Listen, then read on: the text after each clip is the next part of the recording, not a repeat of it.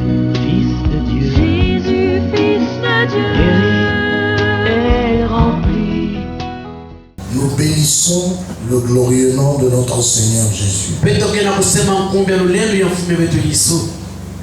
Ce jour, bien-aimés, nous allons prêcher pour la première fois un message particulier à la télé.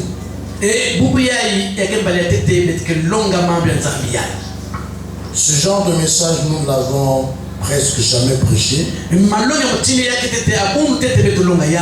Mais il a plu à l'Éternel notre Dieu que nous puissions parler de ça parce que nous devons prêcher le plein évangile.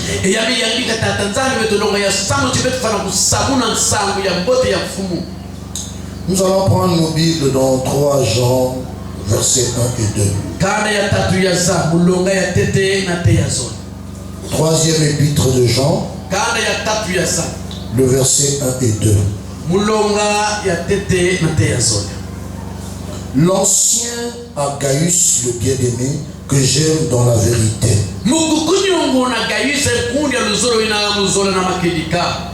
Bien-aimé, je souhaite que tu prospères à tous égards et sois en bonne santé.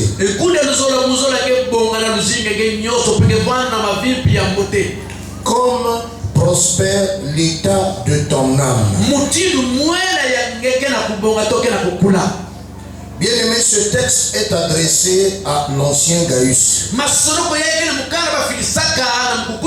Et ce jour, ce même texte est adressé à toi et à moi.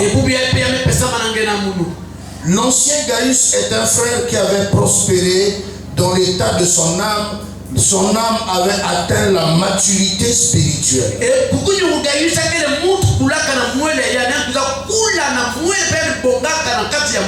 Il s'était attelé à marcher dans l'obéissance de la parole. Il s'était attelé à marcher dans la sanctification. Il s'était attelé à marcher dans une forte vie de prière. Mais l'Éternel, notre Dieu, a constaté que quelque chose manquait dans la vie de ce bien-aimé. Voilà pourquoi l'Éternel, notre Dieu, formule un vœu à ce bien-aimé. Et toi également, tu t'attaches à la parole de Dieu et tu t'appliques à la prière. Et ton âme est en train de grandir, d'atteindre la maturité, c'est très bien. Mais considère que l'Éternel, notre Dieu, veut que tu puisses entrer dans une autre dimension de ce qui manque à ta vie.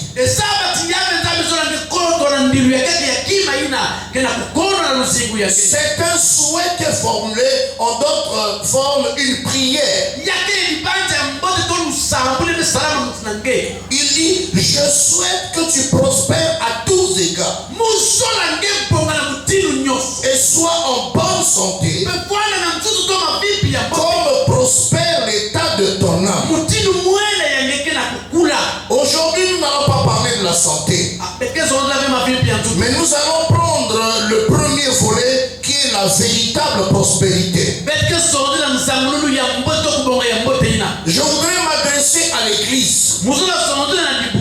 Beaucoup d'enfants de Dieu ont méprisé ce thème. Hier, on nous a prêché l'évangile d'une certaine manière, en disant heureux les pauvres en esprit, ils hériteront le royaume.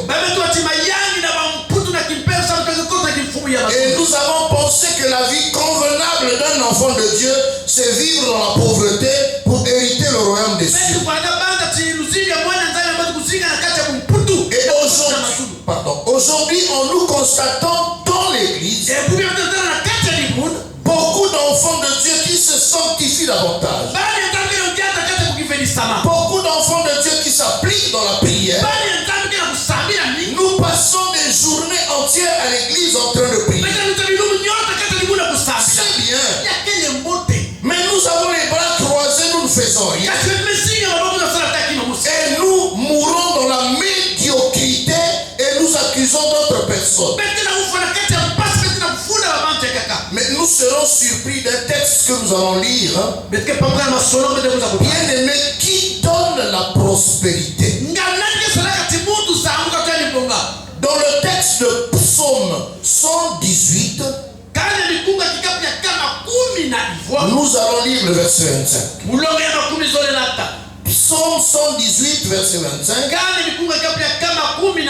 Ô Éternel, accorde le salut. Ça ne s'arrête pas là.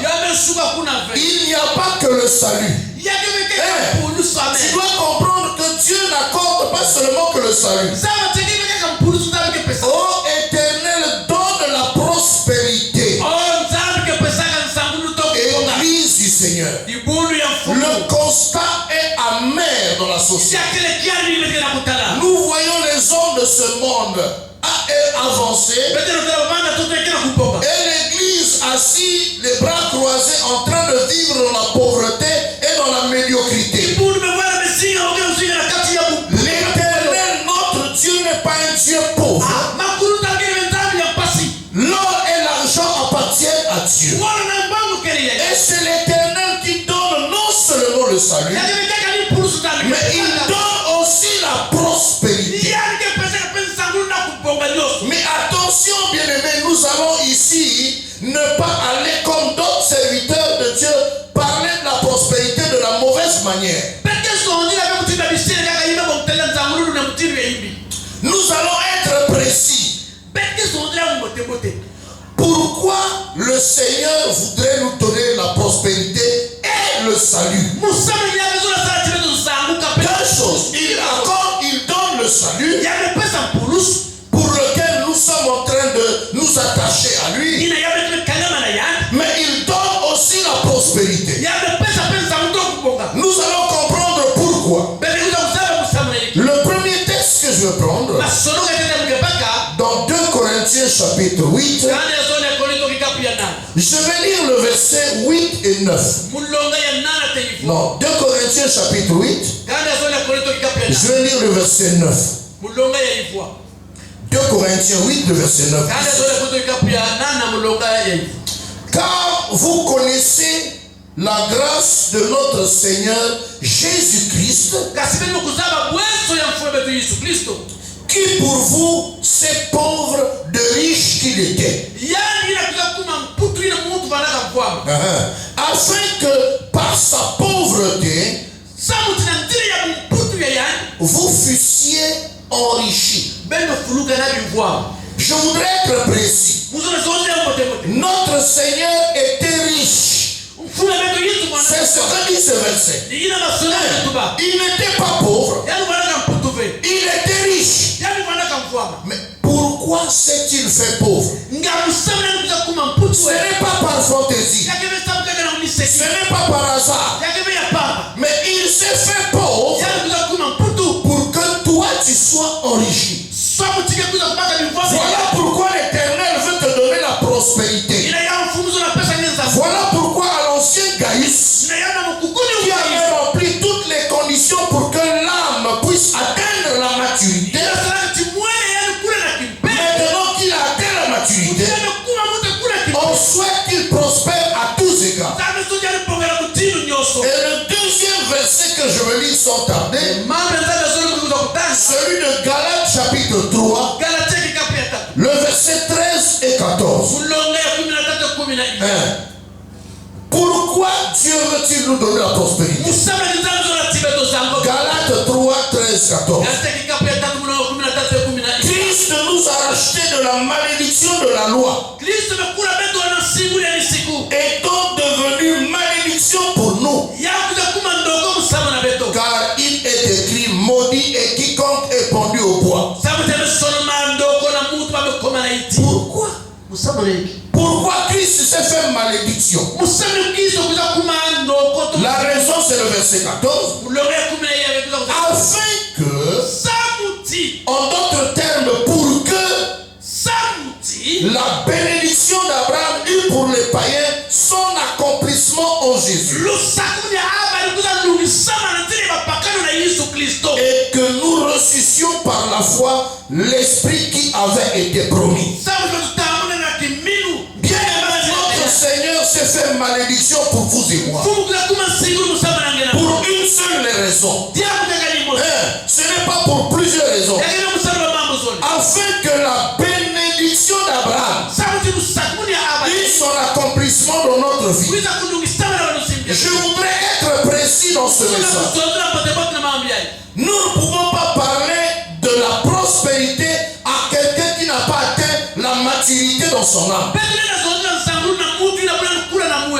Quand quelqu'un n'a pas grandi spirituellement, quand quelqu'un ne marche pas dans la sanctification, quand quelqu'un ne s'attache pas à la parole, quand quelqu'un ne prie pas tous les jours, bien-aimé, si vous lui donnez la prospérité, bien-aimé, il risque de pécher. Parce que Salomon avait élevé une prière merveilleuse. Il dit, Seigneur, ne me donne pas trop, par crainte que dans l'abondance je t'oublie. Parce que la nature humaine souvent arrive à oublier Dieu dans l'abondance. Il a dit, ne me donne pas moins, par crainte que dans le besoin je puisse parler contre toi. Bien-aimé, la prospérité est de Dieu. Et la Bible déclare, c'est la bénédiction de l'Éternel qui enrichit et il la fait suivre d'aucun chagrin. Bien-aimé, ne demeure pas dans la médiocrité. Ne reste pas dans la pauvreté. Ne reste pas les bras croisés à attendre que tout tombe du ciel, à rester fainéant. Bien-aimé, un enfant de Dieu ne peut pas rester les bras croisés. Nous sommes appelés à prospérer à tous égards. N'accepte pas la médiocrité dans ta vie. Nous allons prendre l'antithèse. Antithèse. Nous allons voir l'exemple d'un homme qui a prospéré financièrement, mais qui dans l'état de son âme n'a pas prospéré. Il y a danger. Quand tu prospères financièrement, mais dans l'état de ton âme tu n'as pas prospéré, c'est dangereux et c'est dangereux.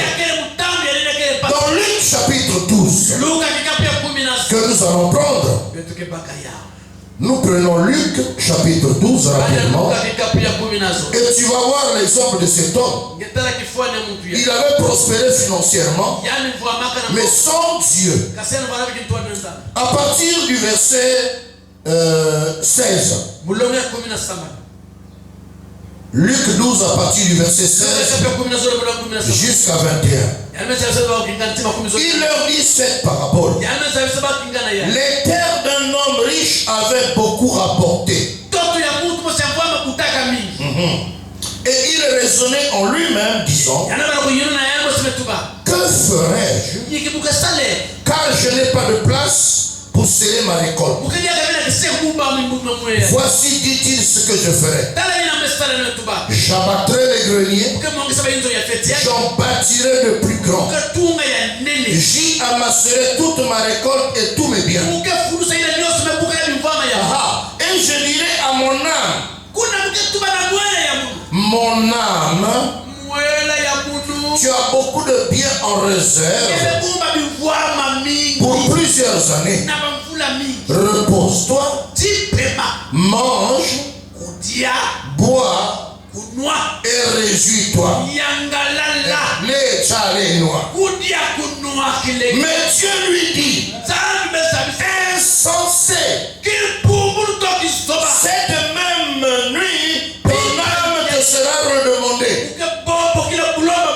Et ce que tu as préparé, pour qui cela sera-t-il? Il en est ainsi de ceux qui amassent des trésors pour lui-même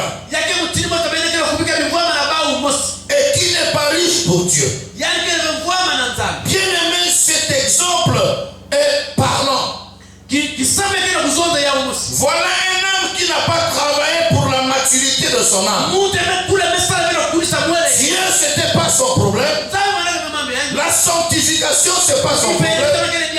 La prière, c'est pas son problème. L'attachement à la parole, c'est pas son problème. Et bien lui, Dieu,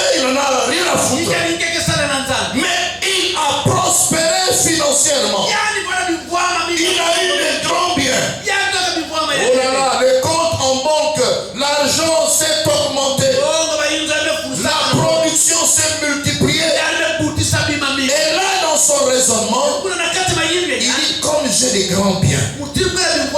Il dit mon âme. Vous comprenez? Il y a un problème de l'âme qui doit prospérer. Il faut t'attacher à Dieu. Il dit mon âme. Mange, bois, réjouis-toi, car j'ai des biens pour plusieurs années. Et le Seigneur lui dit insensé. Dans notre société aujourd'hui, il y a plusieurs personnes qui n'ont pas besoin de Jésus. Quand on lui parle, Jésus se moque. Quand on l'invite à la prière, il ne veut pas venir. Quand on lui dit laisse le péché, marche dans la sanctification, il s'en moque. Quand on lui dit attache-toi à la parole, c'est pas son problème. Mais écoutez cela bien. La prospérité, la véritable prospérité, elle doit être accompagnée de la maturité de l'âme, la prospérité de l'âme. Quand l'âme a prospéré, Dieu trouve l'occasion de te bénir par une grande prospérité. Alors je voudrais parler aux habitants de Pointe-Noire. Je voudrais parler aux habitants du Congo. Bien-aimés, n'envie pas les hommes riches de ce monde. N'envie pas les autorités de ce monde. N'envie pas quelqu'un qui n'a pas Jésus. Malgré son argent, malgré ses voitures, malgré ses biens. Bien-aimé, le Seigneur le traite d'insensé. C'est même lui, ton âme te sera redemandée. Regardez comment l'enterrement de riches se fait. Il laisse les voitures, il laisse les épouses, il laisse les maisons, il laisse tout. Et là on va l'enterrer, il n'amène rien. Bien-aimé, tu ne peux pas prospérer financièrement sans que tu prospères selon l'état de ton âme. Je vais aussi prendre une autre contrepartie. L'exemple du fils de prophète qui a prospéré dans l'état de son âme, mais qui n'a pas prospéré financièrement. Bien aimé, tu aimes la prière, c'est bien. Tu t'attaches à Dieu, c'est très bon. Tu marches dans la sanctification, c'est parfait. Le royaume des cieux t'est assuré. Bien aimé, tu seras dans le royaume. Tu vas hériter le royaume des cieux. Mais entre temps, tu vas vivre une vie de médiocrité, toi et tes générations. Nous prenons cet exemple dans 2 Rois.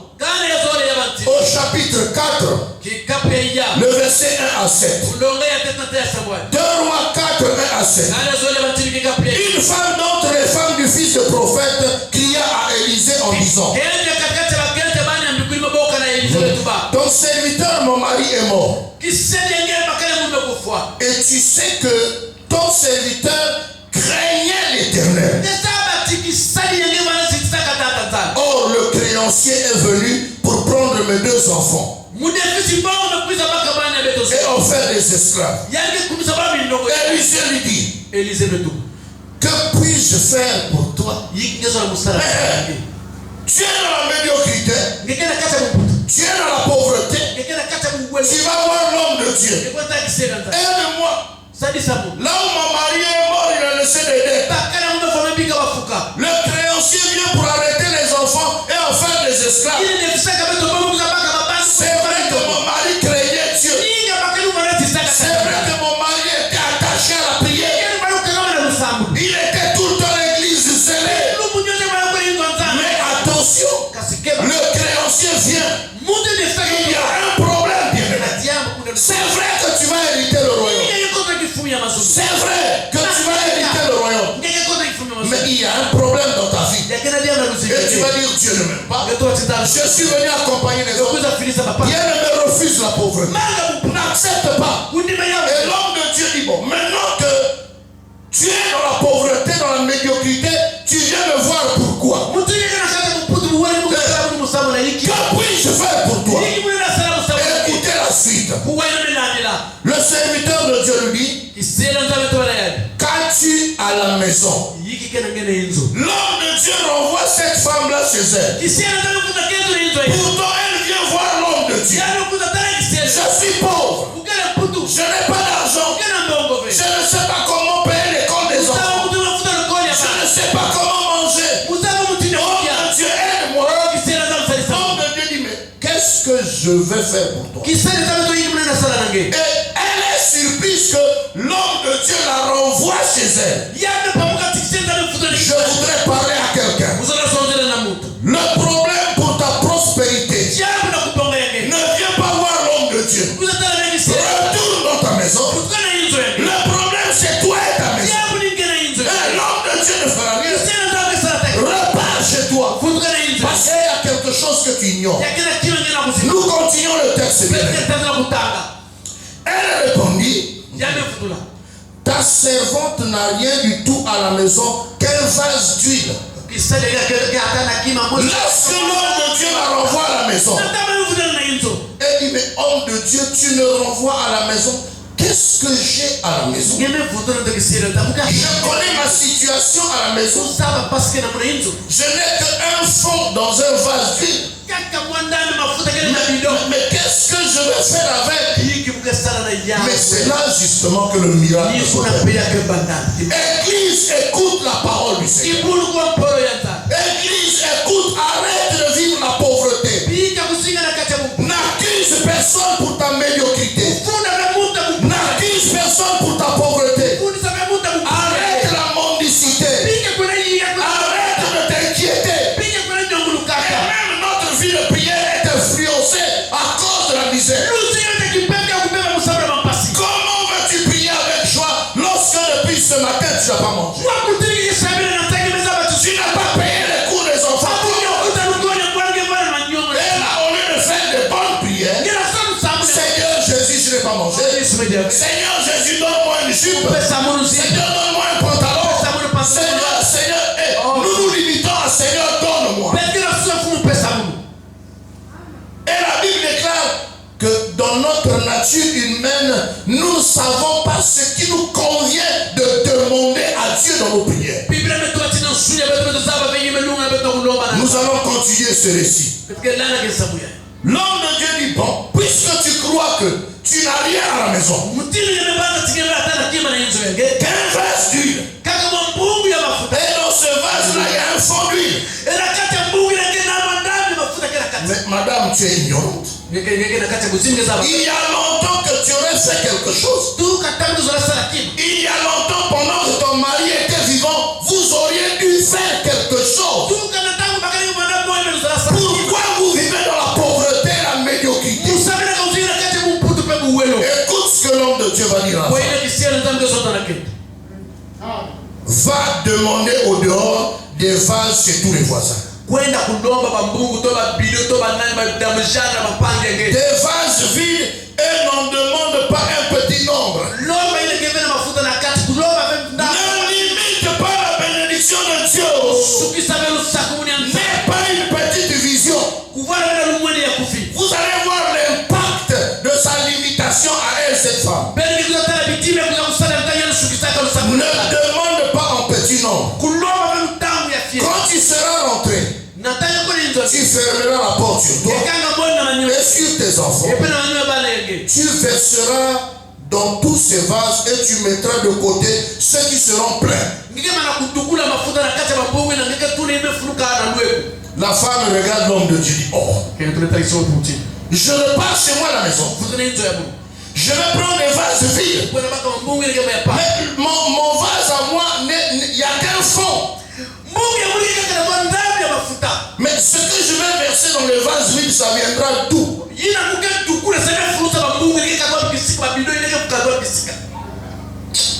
Un peu découragée et interrogatrice, et de manière timide, elle prend le vase qui a un fond. Elle dit, puisque l'homme de Dieu a dit, je vais verser. À sa grande surprise, le premier vase est rempli. Alors elle est excitée maintenant. Il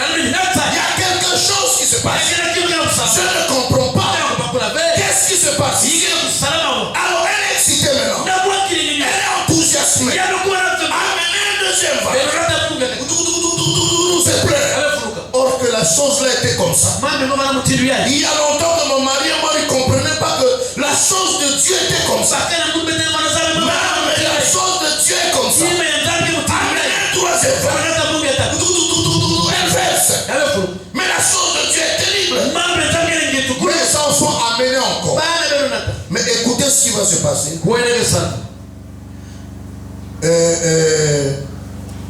Je continue la lecture. Il s'est passé ceci. Elle ferma la porte sur elle et sur ses enfants. Il lui présentèrent les vases et elle versa. Lorsque les vases furent pleins, elle dit à son fils, présente-moi encore un vase. Mais il lui répondit, il n'y a plus de vase. Et l'huile s'arrêta. Bien aimé. Pourtant l'homme de Dieu lui avait dit, ne limite pas Dieu. Il y a des chrétiens qui limitent Dieu. Ne le limite pas. Elle avait limité les vases. Et là où elle est arrivée à sa limite, l'huile s'est arrêtée.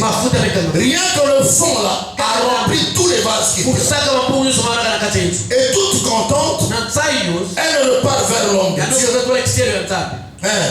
Mais elle repart vers l'homme de Dieu. Lorsque les vases furent pleins, elle dit à son fils, présente-moi encore un vase. Mais il lui répondit, il n'y a plus de vase.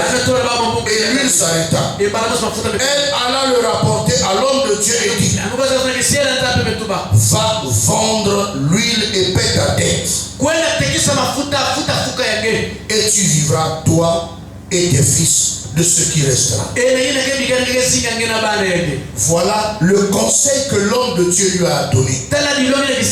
L'homme de Dieu avait raison que la solution n'était pas vers l'homme de Dieu, mais chez elle à la maison. Je voudrais m'adresser à beaucoup d'enfants de Dieu.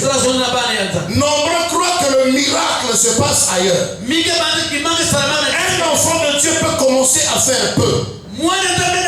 Commence à vendre du charbon. Commence à vendre de l'eau glacée. Commence à vendre le bois. Commence petit. Mais c'est là que la bénédiction de Dieu agit. Il y a un coefficient de multiplication qui s'applique sur l'onction que tu as. Dieu va bénir ce que tu fais avec tes mains. Aujourd'hui c'est malheureux. On voit des chrétiens, des chrétiennes qui n'ont jamais eu l'occasion d'avoir 50 000. Qui n'a jamais eu l'occasion d'avoir 25 000. Mais rentre dans le marché. Commence à vendre les beignets. Commence à acheter du pain. Tu vas le pain. Dieu va te bénir à partir de ce que tu fais. Bien, tout le monde ne peut pas travailler au bureau. Tout le monde ne peut pas travailler au bureau. Exerce quelque chose avec ta main. C'est là que Dieu te fera prospérer. C'est là que Dieu va te bénir. La solution est entre tes mains à la maison. Vends tes bijoux. Vends ta chaussure. Commence à faire un commerce. Et Dieu te bénira. Alléluia.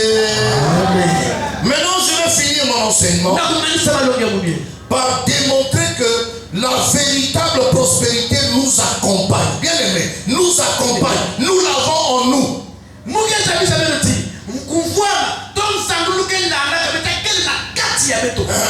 Genèse 39, verset 1 à 6. Genèse 39, 1 à 6. On fit descendre Joseph en Égypte. Et Potiphar, officier de Pharaon, chef des gardes égyptien, l'acheta aux Ismaélites qui lui avaient fait descendre. L'Éternel fut avec lui.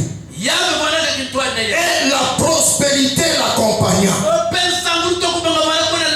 Il habitait dans la maison de son maître, l'Égyptien. Son maître vit que l'Éternel était avec lui et que l'Éternel faisait prospérer entre ses mains tout ce qu'il entreprenait. Joseph trouva grâce aux yeux de son maître, qui l'employa à son service, l'établit sur sa maison et lui confia tout ce qu'il possédait. Écoute la parole du Seigneur. Dès que Potiphar lui établit sur sa maison et sur tout ce qu'il lui possédait, l'Éternel bénit la maison de l'Égyptien à cause de Joseph. Et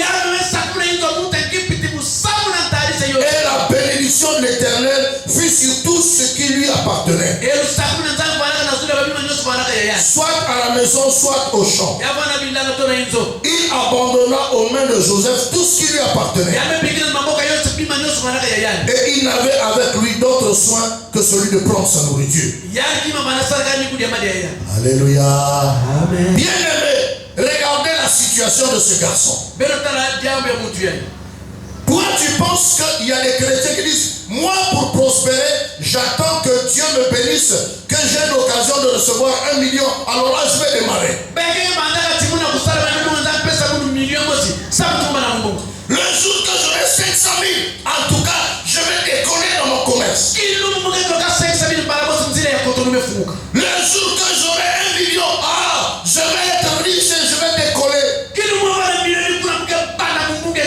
Bien aimé, regardez la situation de Joseph. Il était doublement esclave. C'est-à-dire qu'il était esclave une première fois chez ces gens-là qu'on appelle les Ismaélites. C'est-à-dire que ses frères l'avaient vendu aux Ismaélites une première fois. Donc sa condition première, c'est un esclave. Ça ne s'arrête pas là. Les Ismaélites le prennent et le revendent encore à Potiphar. Donc 2 fois esclave. Si c'est toi, tu diras, je vais attendre. Je vais attendre d'avoir des moyens, 1 million, 2 millions. Mais quelqu'un qui est doublement esclave. Bien aimé, la Bible déclare que la prospérité l'accompagnait. Je suis en train de parler à quelqu'un. Bien aimé, dans ta condition, même si tu es doublement esclave, on l'a vendu une première fois, on le vend une deuxième fois. Mais ce n'est pas ça qui a empêché que la prospérité l'accompagne. Même lorsqu'on l'a vendu une première fois, la prospérité l'accompagne. On le revend une deuxième fois, la prospérité l'accompagne. Et ce qui est étonnant, au moment où il arrive auprès de Potiphar, Potiphar le place à, allez, esclave, travaille. Potiphar va observer quelque chose qu'il n'avait jamais vécu avant. Potiphar va remarquer que tout ce que Joseph touche, la prospérité était là. L'Éternel faisait prospérer entre ses mains tout ce que Joseph faisait. Et ce qui est étonnant, on dit que Dieu bénit la maison de Potiphar non pas à cause de Potiphar lui-même. Est-ce que tu as déjà vu un patron qui est béni par son travailleur? Un patron qui est béni par le travailleur. Donc Joseph qui est travailleur chez Potiphar, on dit que l'Éternel bénit Potiphar à cause de Joseph. Enfant de Dieu, cessons de croiser les bras. Je plains les enfants de Dieu qui ne travaillent pas. Je plains les chrétiens qui ne font pas l'activité. Il y a quelque chose à faire. Il y a quelque chose au-dedans de toi. Où que tu ailles, dans la forêt, la prospérité t'accompagne. Que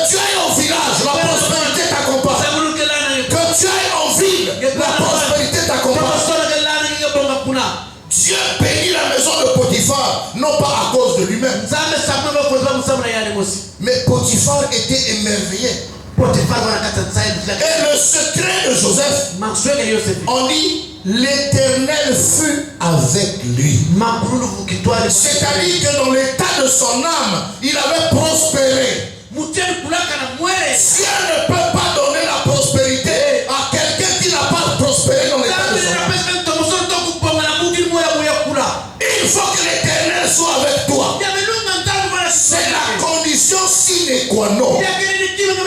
Si tu veux que Dieu te bénisse, si tu veux que Dieu te donne la prospérité, il faut que l'état de ton âme prospère. Tu abandonnes le péché, tu t'attaches dans la sanctification. Tu t'attaches à la vie de prière quotidienne et permanente. Tu t'attaches à la parole de Dieu pour vivre la révélation de la parole. Et là, l'Éternel est avec toi. Ce n'est que lorsque l'Éternel est avec toi, ton âme a prospéré. C'est la condition sine qua non. Alors Dieu va te bénir puissamment. Église, je t'ai partagé ce message. Je n'aime pas prêcher ce genre de message, mais l'Éternel m'y a contraint. C'est pour que tu sois béni. Au nom de Jésus. Amen. Amen.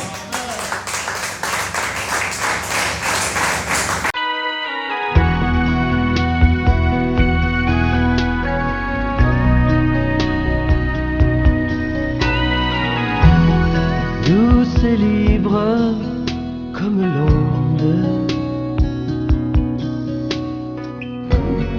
Oh, bien sûr, il m'en pardonne. guéri, guéri, Jésus, Fils de Dieu.